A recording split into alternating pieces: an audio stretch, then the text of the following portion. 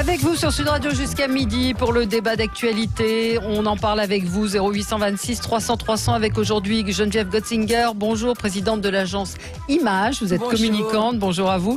Kevin Bossuet, vous êtes professeur d'histoire en Seine-Saint-Denis. Bonjour à vous. Bonjour. Éric Julie, qui est en train d'arriver, président fondateur du cabinet conseil Clay.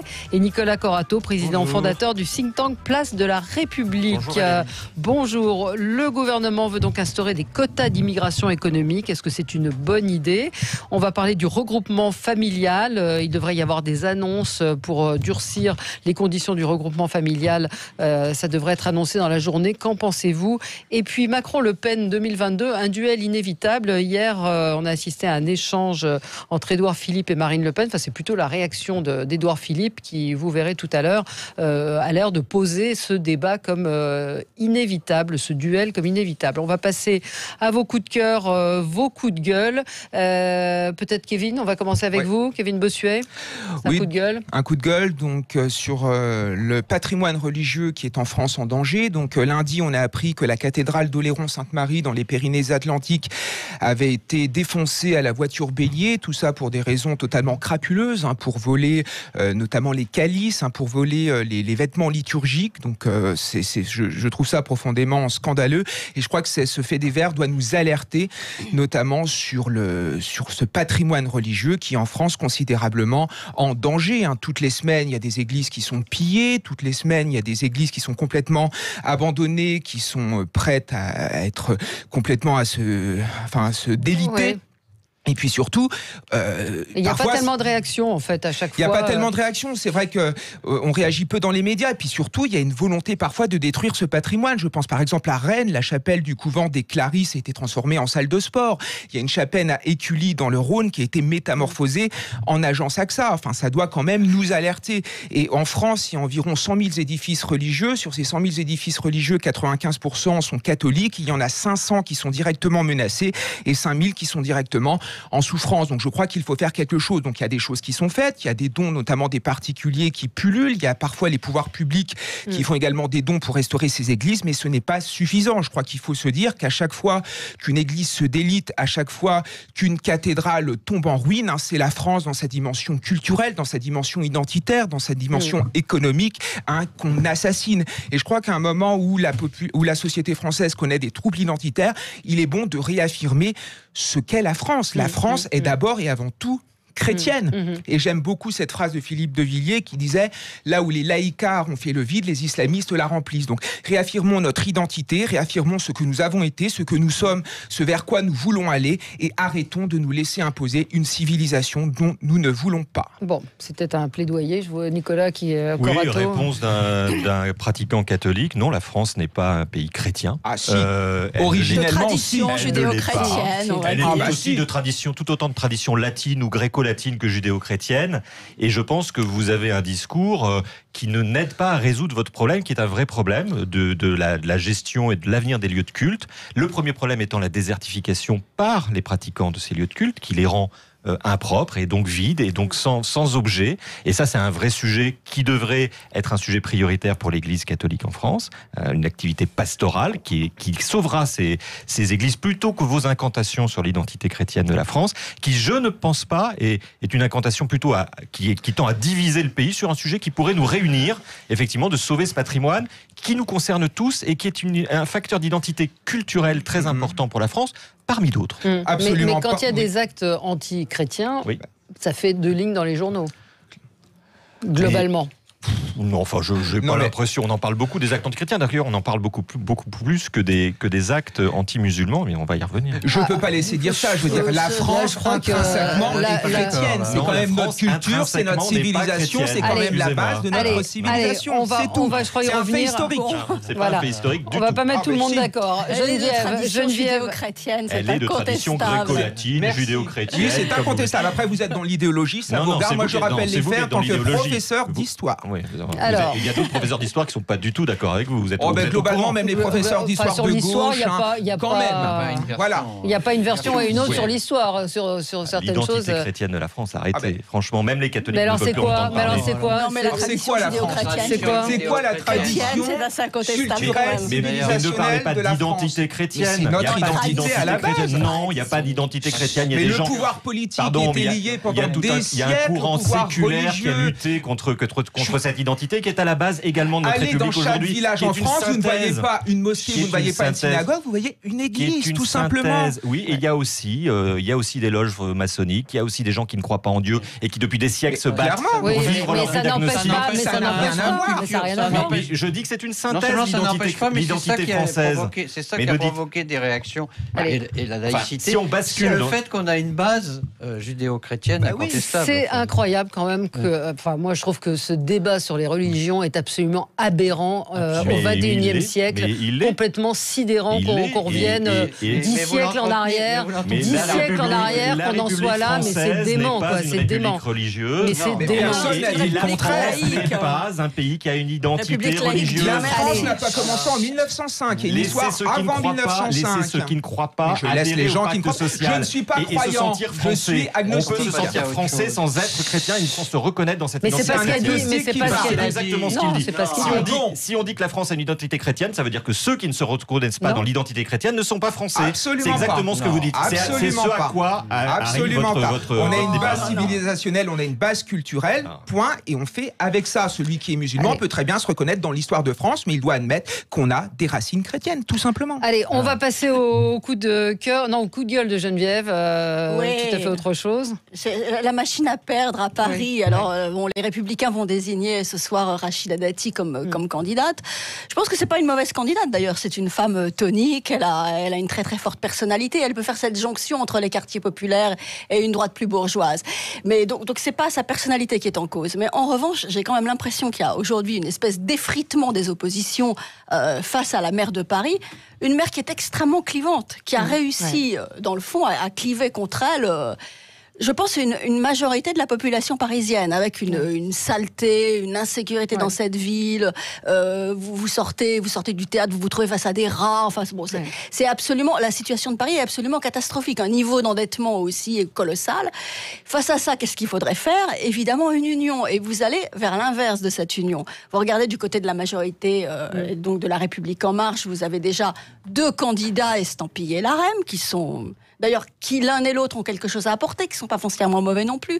Vous avez aussi dans la majorité présidentielle Pierre-Yves Bournazel, qui a aussi des choses à dire, et qui est un très bon candidat, qui est un candidat de terrain et qui travaille sur le fond des idées depuis longtemps. Vous avez encore Gaspard Ganzer. À droite, vous allez avoir Rachida Dati. Vous avez Pierre Licia, qui est aussi quelqu'un qui travaille sur le terrain dans le 18e arrondissement. Mais enfin, tout ça, ça signifie quoi? Une victoire assurée d'Anne Hidalgo. Oui, parce qu'il y a un éparpillement. Un éparpillement des candidatures, une incapacité de se mettre d'accord pour finalement faire basculer Paris, ce qui pourrait être à portée de main, compte tenu encore une fois de l'impopularité de la maire, s'il y avait une union face à elle. Il peut peut-être se passer des choses d'ici là, non? Si je puis me permettre, la messe n'est pas encore dite. Non, oh là là, quelle provocation. Elle n'est jamais dite avant un scrutin. Non. Donc il va sûrement se passer des choses, mais enfin pour l'instant, effectivement, alors qu'il y a un an, Anne Hidalgo semblait au plus bas, après les échecs du changement de Vélib, d'Autolib, des travaux, et puis la situation les travaux qui n'en finissent pas, etc. Effectivement, progressivement, on sent qu'elle remonte, et en tout cas qu'elle a un socle stable qui va lui permettre, en s'alliant avec les écologistes au deuxième tour, vraisemblablement de rester maire de Paris si les choses continuent comme ça. Votre coup de gueule? Non, c'est un coup de cœur. C'est un coup de cœur, paradoxalement, mais ce qui n'est pas dirigé. C'est le fait que enfin François Bayrou et les Marielle membres de Sarnez et Sylvie Goulard soient convoqués par le juge d'instruction. Non pas que je leur souhaite une condamnation, mais parce que je trouve scandaleux que depuis 2 ans et demi, ils sont sous la menace et il ne se passe rien. Et c'est un problème. Alors je voudrais dépasser le problème du MoDem et de ce cas particulier, mais je trouve que c'est un problème général. Il a fallu 15 jours pour mettre en examen François Fillon et 2 ans et demi après, il n'est pas jugé. Au-delà des politiques, c'est un problème que tous les citoyens qui ont affaire à la justice rencontrent, c'est les délais.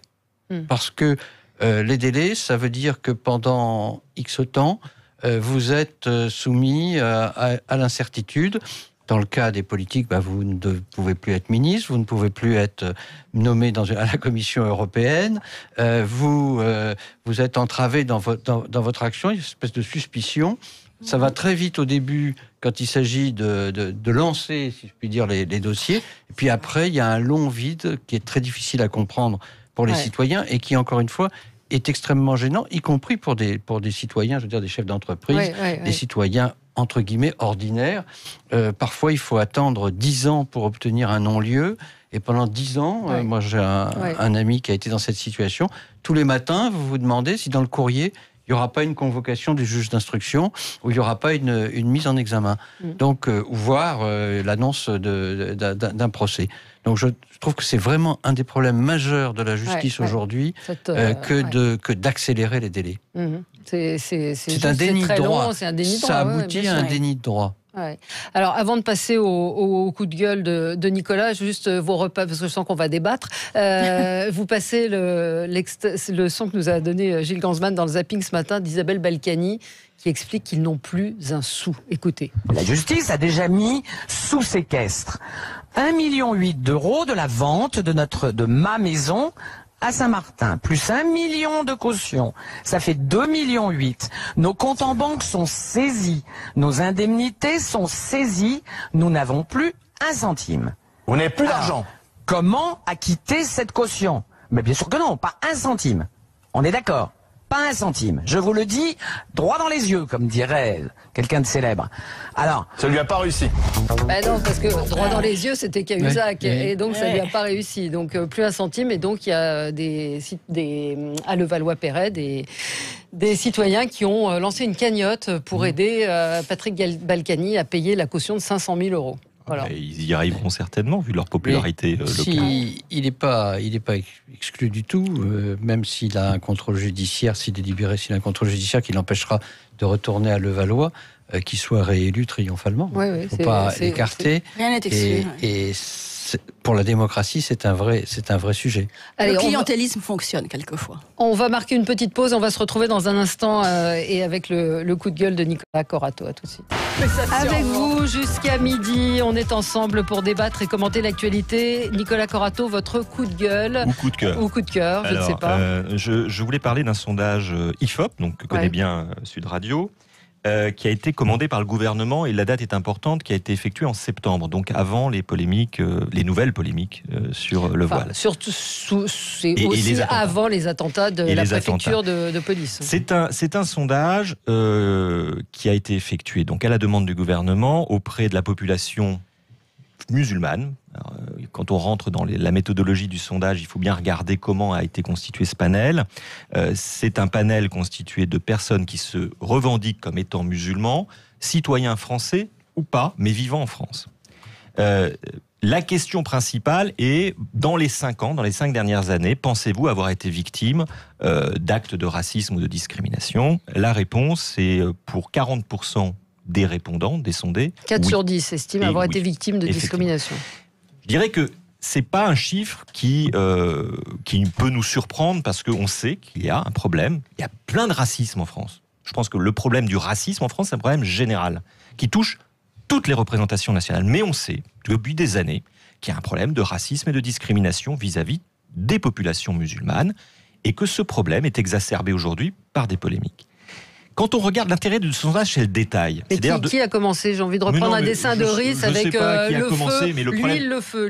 Je vais vous dire, Valérie, je ne sais pas qui a commencé. Le problème, c'est comment on en sort. Oui. Parce qu'on ne va pas rester pendant 15 ans sur ces débats-là. Bah oui, mais ça fait 30 ans.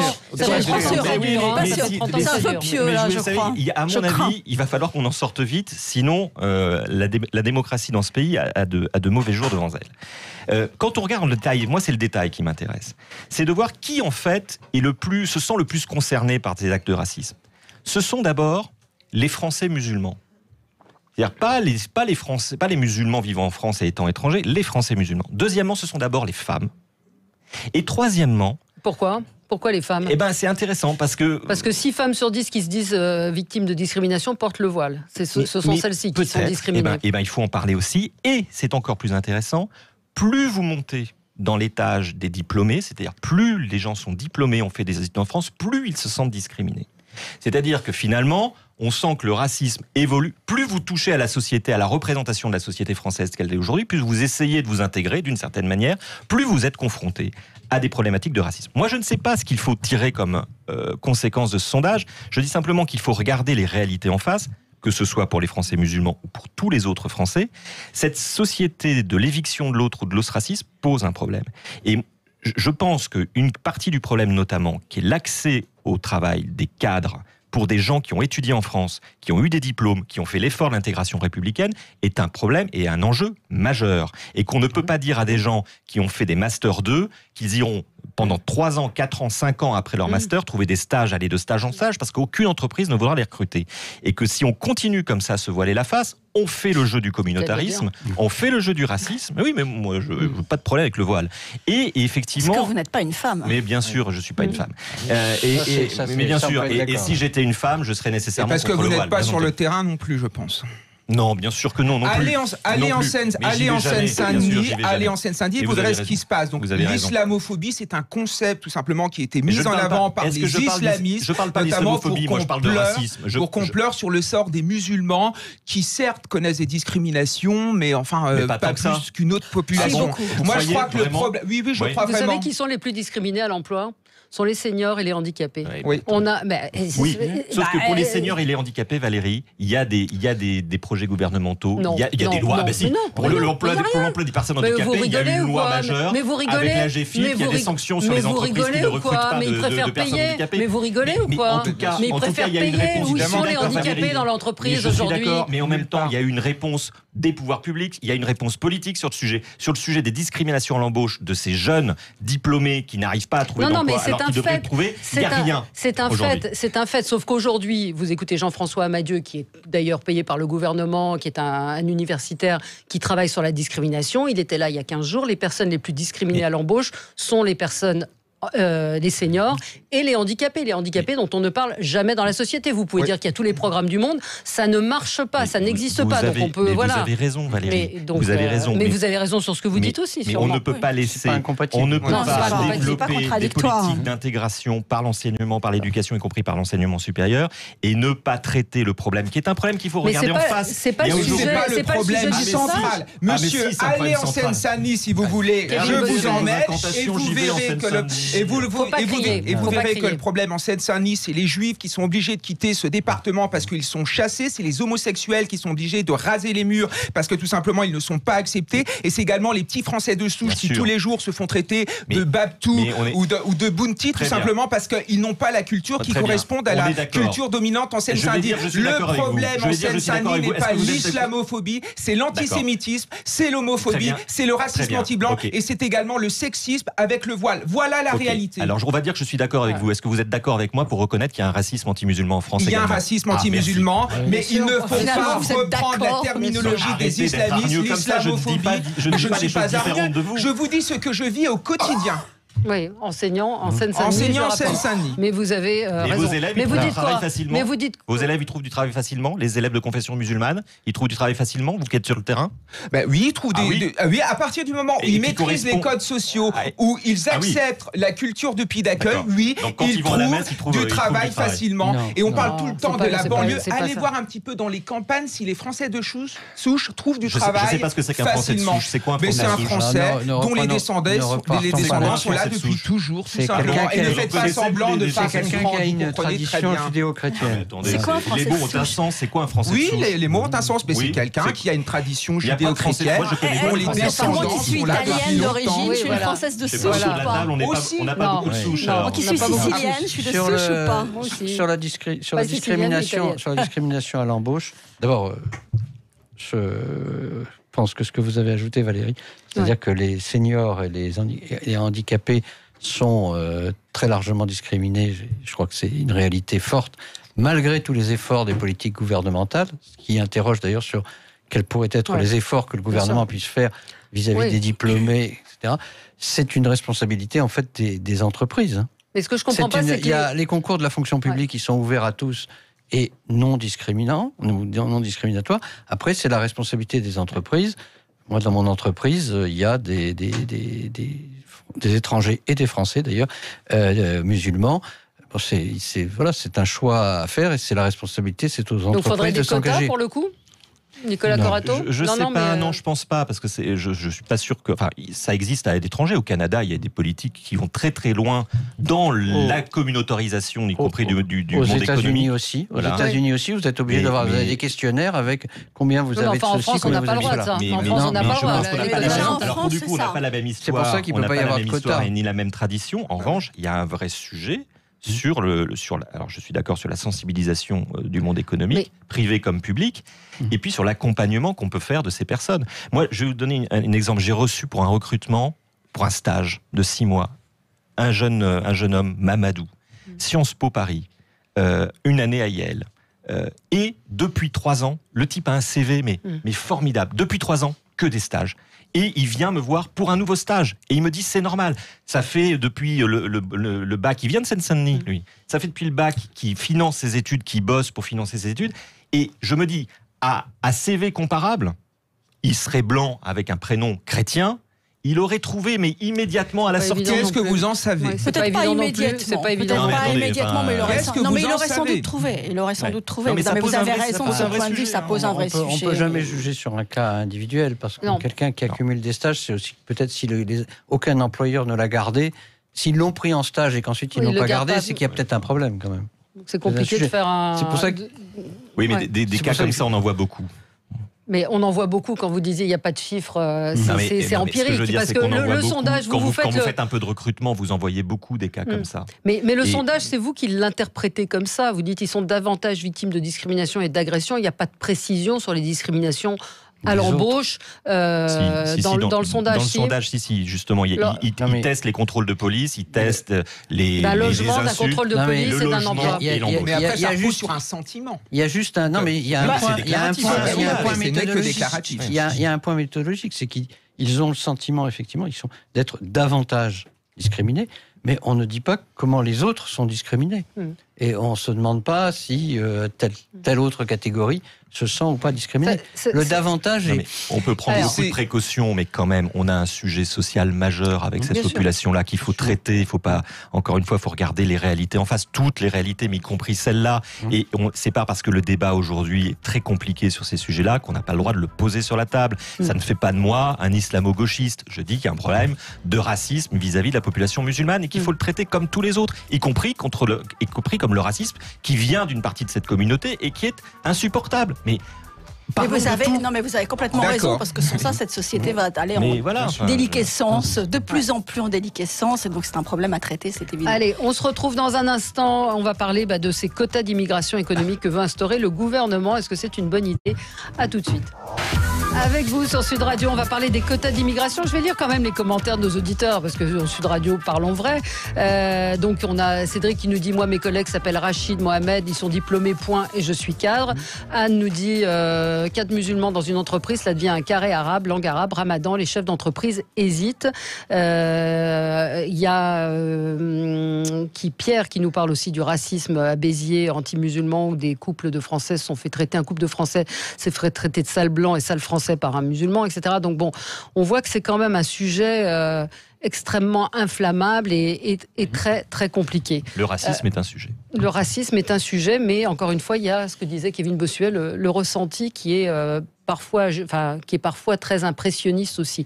Allez, le gouvernement va instaurer des quotas d'immigration économique et les mesures vont être annoncées cet après-midi, des quotas d'immigrés professionnels qui seront fixés chaque année. C'était une idée qui avait été portée par Nicolas Sarkozy, longtemps rejetée par Emmanuel Macron, et visiblement, c'est une idée qui l'a séduite. Donc, Éric Julie, expliquez-nous un petit peu... À condition que vous ayez compris ce qu'ils ont réellement l'intention de faire, parce qu'en écoutant les différentes déclarations, on ne savait plus très bien où étaient les objectifs et les limites. Quota, ça voudrait dire, me semble-t-il, qu'on donne un nombre par catégorie. Alors, à une époque, on parlait par catégorie de provenance. Maintenant, on parle par catégorie de qualification professionnelle. Mais qu'on donne un nombre maximum. On dit c'est tant. Bon. Alors on nous explique que c'est pas ça. Moi j'ai entendu la ministre de la Justice, sur une autre antenne que la vôtre ce matin, dire mais non, c'est des objectifs. Ouais. C'est des besoins. Bon. Alors si c'est des objectifs, c'est plus des quotas. Hein. Faut appeler les choses.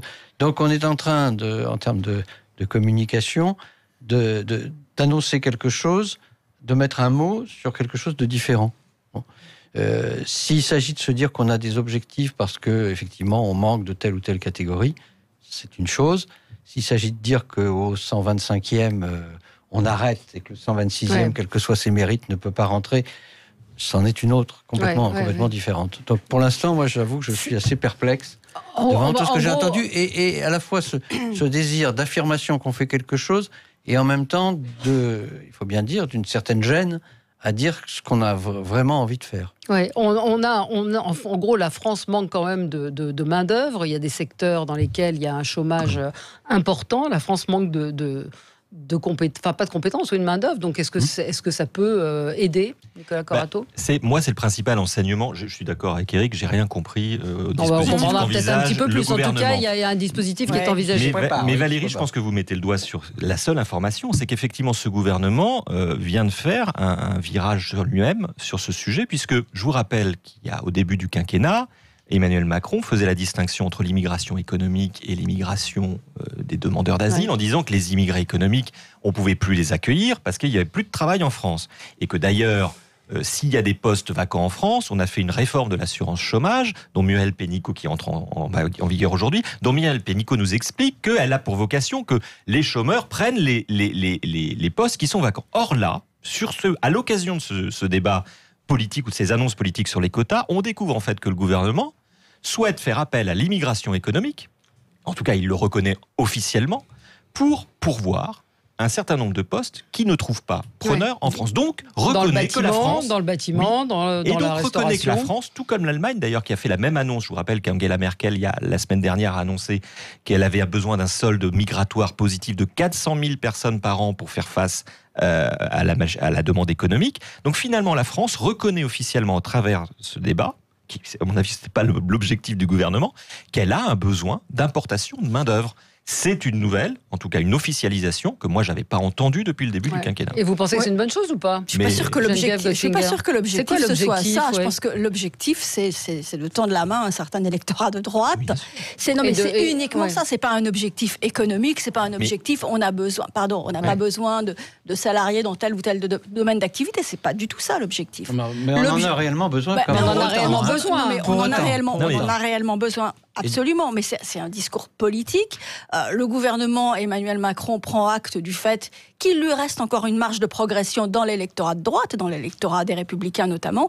Et à partir de là, comment le faire mieux qu'en reprenant une mesure, quelque chose qui est typiquement sarkozyste, les quotas. Donc voilà. Donc en disant ce mot-là, je m'adresse immédiatement. Quota, Sarkozy, ça rentre... Absolument, ça rentre dans le logiciel de l'électeur de droite, et à partir de là, il peut espérer, encore une fois, en récupérer une fraction. C'est tout, on est dans le subliminal. On n'est pas dans une réflexion économique, arithmétique, vous avez raison, métier par métier. Sauf que comme on est dans le en même temps, le Sarkozy, c'était des quotas sur l'origine des pays de l'immigration.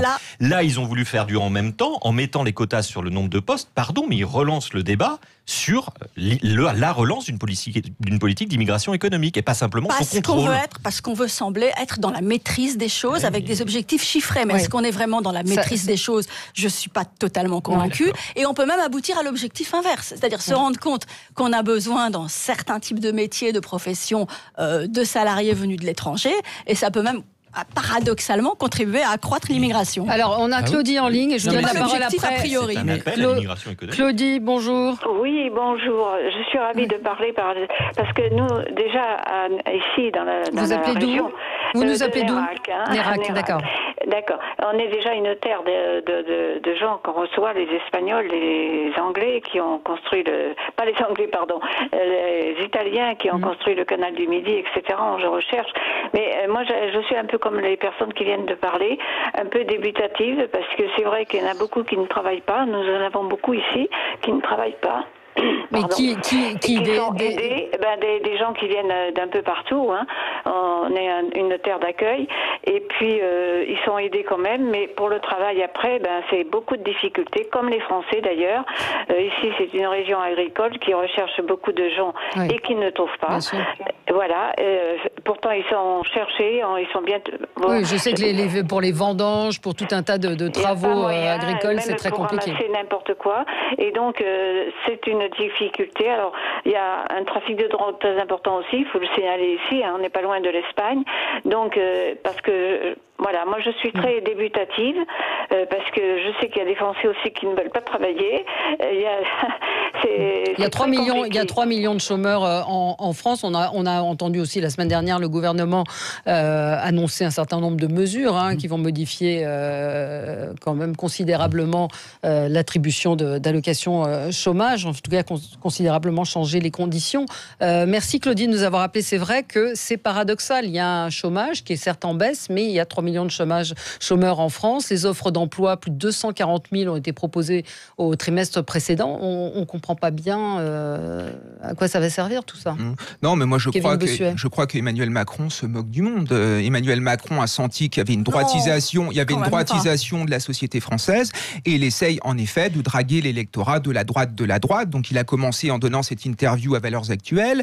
Il continue notamment avec cette question de l'immigration, alors que c'est quelqu'un qui est pour l'immigration. Il l'a rappelé à plusieurs reprises. D'ailleurs, il a signé le pacte de Marrakech qui disait très clairement que l'immigration était un bienfait, notamment pour nos pays. Il a élargi également le regroupement familial, notamment aux frères et aux sœurs des mineurs. Donc évidemment, qui n'est là que dans une stratégie politique, parce qu'il a bien compris que les Français en avaient marre de cette immigration. Les dernières, dans le JDD, il y a un sondage qui est sorti qui disait que 80% de la population française était contre le fait d'avoir plus d'immigrés en France, et aujourd'hui, on n'a plus les moyens d'accueillir toute la misère du monde. Il y a un économiste, Jean-Paul Gourevitch, qui a mis en avant en 2012 que l'immigration nous coûtait 17,4 milliards, donc ce qui est évidemment énorme. Donc les Français en ont marre, mais Emmanuel Macron l'a bien compris, donc il essaye d'accompagner cette tendance comme il peut, avec ces petites contradictions dont il a l'habitude. Oui, d'abord, par rapport alors quota ou objectif, oublions un instant la mesure de la nature, la nature de la mesure, pardon. Mais il y a vraiment, je pense, un double besoin. Il y a un réel besoin dans l'économie française. Alors c'est un paradoxe puisqu'on manque il y a par ailleurs des chômeurs, mais il y a un besoin de main d'œuvre peu qualifiée. Quand votre auditrice parlait des vendanges et des choses de ce genre. Et puis, il y a besoin de main-d'œuvre, au contraire, très qualifiée, avec des besoins spécifiques. Si vous voulez travailler avec l'Inde, vous avez intérêt à avoir quelqu'un qui vient de ce pays pour servir de relais. Si vous voulez travailler avec le Maroc, il faut avoir des collaborateurs qui soient adaptés à ce que vous voulez faire. Et on a un réel besoin. Donc, on ne peut pas contraindre, même si on renforce les règles relatives au chômage et on les rend plus difficiles, on ne peut pas contraindre les gens à prendre des emplois dont ils ne veulent pas. Bon. Et il faut pourtant que ces emplois soient tenus. C'est l'intérêt général, il faut bien le dire, y compris de ceux qui ne veulent pas de ces emplois, parce que ça fait des personnes qui travaillent et qui cotisent aux différentes aides sociales. Donc, je pense que c'est plutôt une bonne mesure. Le paradoxe qu'elle a, c'est qu'effectivement, elle est présentée comme une mesure de fermeté, alors que c'est une mesure de libéralisation. Mais il ne faut pas se le cacher. Et elle a cette ambiguïté fondamentale qui fait qu'ils ne savent pas comment la présenter et ils ne savent pas comment la gérer, en fait. D'où le problème sémantique, d'ailleurs. Oui. Est-ce que c'est quota, est-ce que c'est objectif chiffré? Le problème sémantique reflète bien cette difficulté. Parce que quota, on a l'impression qu'on va réduire l'immigration. Absolument. Or, en fait, non. C'est pas du tout ça qui est. Pas du tout ça. Et ça s'adresse pas du tout au même type d'immigration. Ah oui, d'ailleurs, il y a, dans le discours de la majorité, il n'y a jamais eu l'idée ou la prononciation du mot de maîtrise de l'immigration. C'est pas du tout ça l'idée. L'idée, c'est effectivement de présenter une mesure politicienne qui révèle également une politique qui n'avait pas été officialisée. Et c'est peut-être le premier gouvernement d'ailleurs qui, un peu malgré lui, affirme qu'il a besoin d'une immigration économique massive pour les prochaines années. En pratique, ça existe déjà. C'est-à-dire qu'actuellement, si vous voulez recruter quelqu'un qui n'a pas encore d'autorisation de travail et de séjour, il faut que vous démontriez que vous avez un besoin spécifique qui n'est pas rempli par le marché du travail français. Donc, mais comment on va prouver ça? Parce que par exemple, on dit... je vous dis, dans le cas, vous avez besoin de travailler avec l'Inde, vous expliquez que vous n'avez pas trouvé à Pôle emploi une personne venue d'Inde qui parle la langue, qui connaisse la culture et qui en même temps parle français, anglais, etc. Et donc, du coup, on vous autorise. Non, mais la liste des métiers en tension, elle est assez réduite. Il y en a 30, dont informaticien, technicien de la construction mécanique, maintenance ascenseur, ou conducteur de travaux. Et ça n'a pas été actualisé depuis 2008. Il faudrait peut-être effectivement l'actualiser. Parce que l'autre problème, c'est qu'apparemment, ils vont se baser sur les travaux du ministère du Travail. Qui n'a pas les chiffres à jour. Qui n'est peut-être pas le plus à même de connaître la réalité économique des entreprises et de leurs besoins. Ouais, voilà. Donc ça va on dit des choses comme ça. Ouais.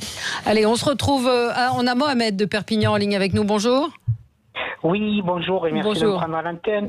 Voilà, j'ai entendu juste votre interlocuteur dire pourquoi pas aller chercher des Marocains ou des Indiens qui ont un certain niveau de culture et de certaines connaissances, mais je trouve que c'est quand même incroyable. Ces personnes, on les a en France avec des diplômes qui sont capables, qui maîtrisent la langue, qui maîtrisent un petit peu les régions françaises, et pourquoi pas les valoriser, ces gens. Je pense qu'il y a un vrai problème là. Et j'ai l'impression que Macron est en train d'attiser le feu, parce que je pense qu'il a besoin aussi de gagner quelques villes pour les élections municipales qui sont au mois de mars, et je pense que c'est un peu dommage. Voilà un petit peu. Valorisons les personnes qui sont en France, qui sont françaises, souvent qui maîtrisent. Oui, mais visiblement on ne trouve pas. Mais oui, mais visiblement on ne les trouve pas. On ne trouve pas toujours. On ne trouve pas toujours. Il y a certains secteurs où il n'y a pas. Mais c'est vrai vous avez raison, Mohamed, dans ce que vous dites. Mais c'est vrai qu'on s'interroge de savoir pourquoi dans la restauration on ne trouve pas de main d'œuvre suffisante. Parce que c'est dur. C'est aussi le problème. C'est aussi le problème du système éducatif français qui n'axe pas assez sur la professionnalisation. À partir du moment où on amène 80% d'une classe d'âge au bac, et puis qu'après ces gens vont faire des licences de philosophie, des licences de lettres modernes ou des licences d'histoire, forcément après, quand ils ne trouvent pas de travail, ils ne veulent plus faire la plonge, ils ne veulent plus occuper certains métiers. Et je crois que c'est sur le système éducatif qu'il faut insister, et insister sur la professionnalisation même très tôt. C'est ça qui est important. Allez, on se retrouve dans un instant. Apparemment, le gouvernement veut également toucher au regroupement familial. Il doit annoncer aujourd'hui donc une série de 20 mesures à l'issue d'un comité interministériel sur l'immigration. On en parle dans un instant avec vous. Avec vous sur Sud Radio, et on parle donc du regroupement familial. Est-ce que le gouvernement va modifier les règles du regroupement familial? C'est en tout cas ce qui semble se dessiner, resserrer certains critères, notamment celui des liens personnels et familiaux. Ça concerne 90 000 immigrés par an, c'est 35% d'immigration légale. On revient un petit peu à notre débat précédent, c'est-à-dire qu'on sent qu'il y a une volonté, en tout cas du gouvernement, d'afficher certains marqueurs un petit peu plus à droite.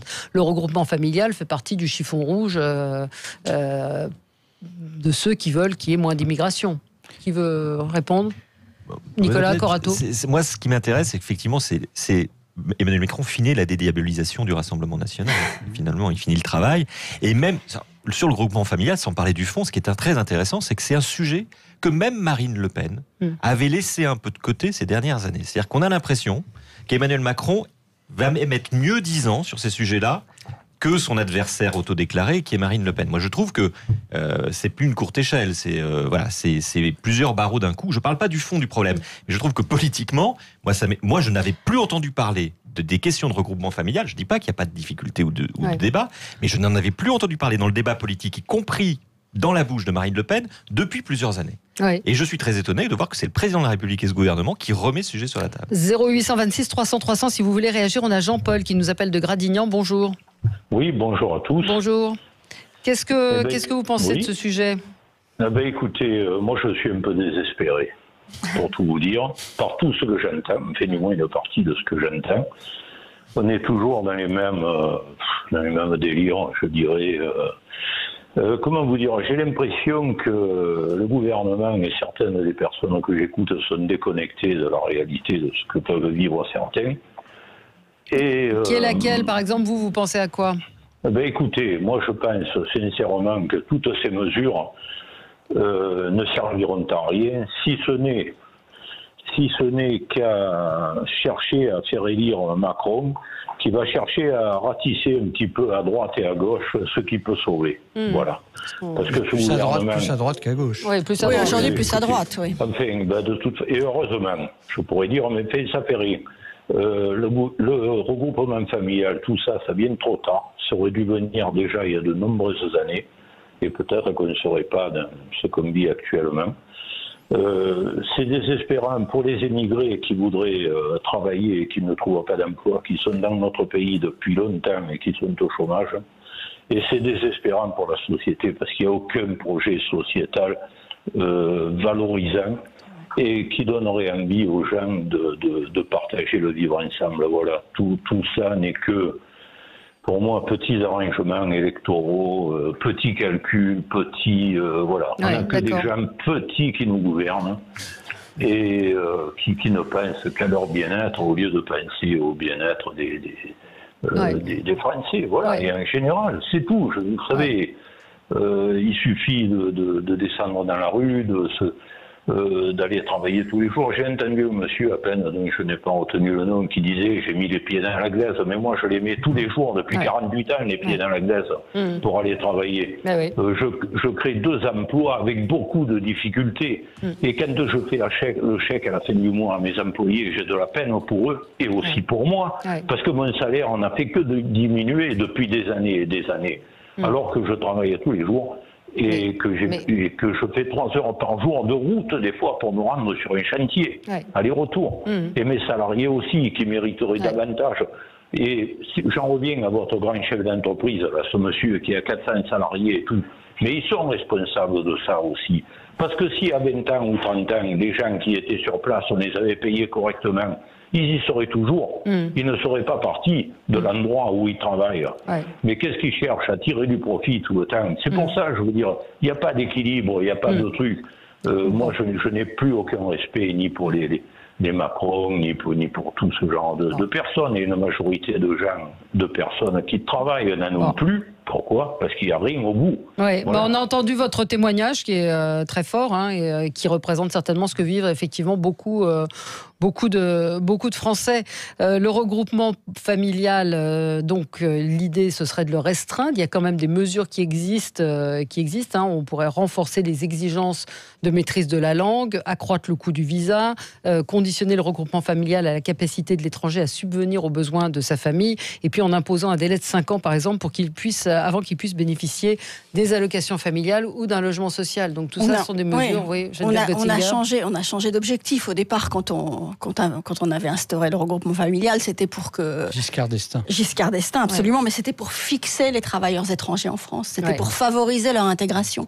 Aujourd'hui, on n'en est plus là. Aujourd'hui, on veut contenir l'immigration. Donc à partir de là, forcément, il faut absolument peser sur le regroupement familial, ça va de soi. Moi, je voudrais revenir sur le calcul politique qui est derrière ces mesures.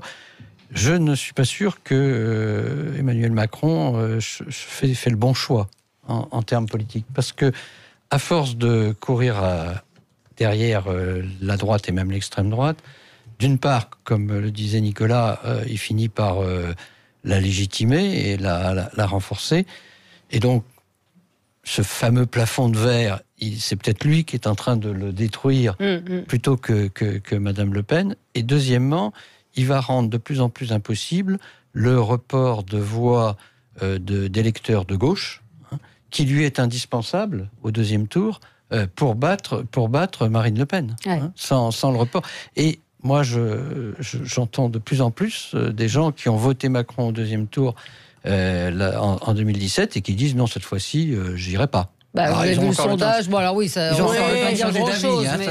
Mais enfin, il y a quand même... au second tour, s'ils se retrouvent face à Marine Le Pen, ces gens-là, ils iront voter évidemment Emmanuel Macron. Jusqu'où il est allé. C'est peut-être pas si évident que ça. C'est le pari qu'il fait en tout cas. Que se retrouver face à Marine Le Pen, c'est pour lui une assurance de victoire. C'est une erreur. Les assurances, ça marche pas toujours. Oui, ça marche pas toujours. Et Kevin? Mais surtout, il n'est absolument pas crédible, notamment sur les sujets de l'immigration. Tout le monde sait ce qu'il pense sur ces sujets. Donc quelqu'un qui vote à droite ou voire à la droite de la droite, ne croient absolument pas Emmanuel Macron dans ce qu'il dit. Il flaire à 10 mètres. L'original à la copie. Voilà, c'est clair. Et puis, par contre, je suis pas d'accord sur le fait qu'il dédiabolise le Front National. Je pense que l'immigration, c'est un sujet qui est important chez les Français.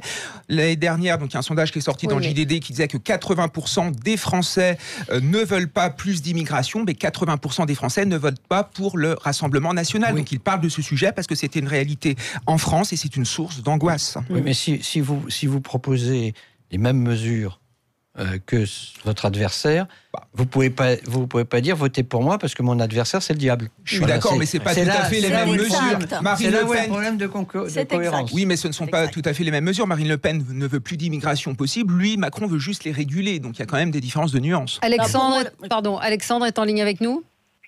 Oui, bonjour. Bonjour, on vous écoute.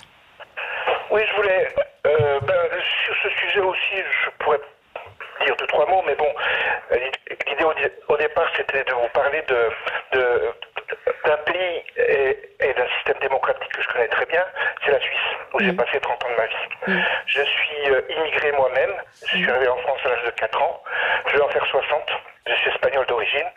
Toute ma famille, mes tantes, oncles sont venus d'Espagne par la suite. Ils ont fui Franco. On s'est tous assimilés, complètement assimilés. Mes 2 sœurs sont nées en France, elles ont des prénoms français. Je suis tout autant français qu'espagnol.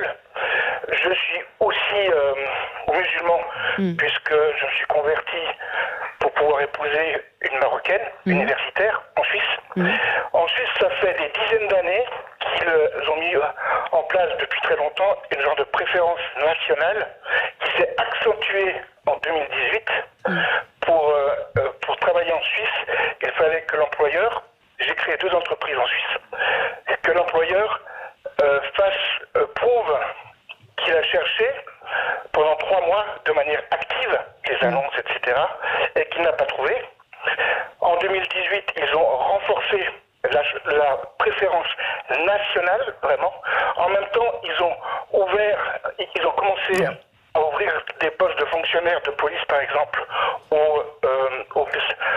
à des personnes qui n'ont pas le passeport suisse. C'est nouveau. Et depuis quelques mois, ils renforcent également la démocratie directe. Oui. Le vote du peuple, encore plus. Alors c'est vrai, je vais vous couper parce qu'il nous reste vraiment très peu de temps. Je suis désolée Alexandre, mais on aura l'occasion, je pense, de revenir sur le sujet. Mais en même temps, la Suisse n'est pas la France et que c'est vrai que c'est un système complètement différent. Mais on peut s'en inspirer, forcément. On aimerait bien pouvoir prendre modèle sur la Suisse, mais alors pour le coup, on en est très loin, il y a du chemin à faire. Il y a du chemin à faire. Et surtout prendre modèle sur cet interlocuteur qui s'est parfaitement assimilé. Si tout le monde s'assimilait, il n'y aurait plus de problème d'immigration en France. Merci à tous les 4.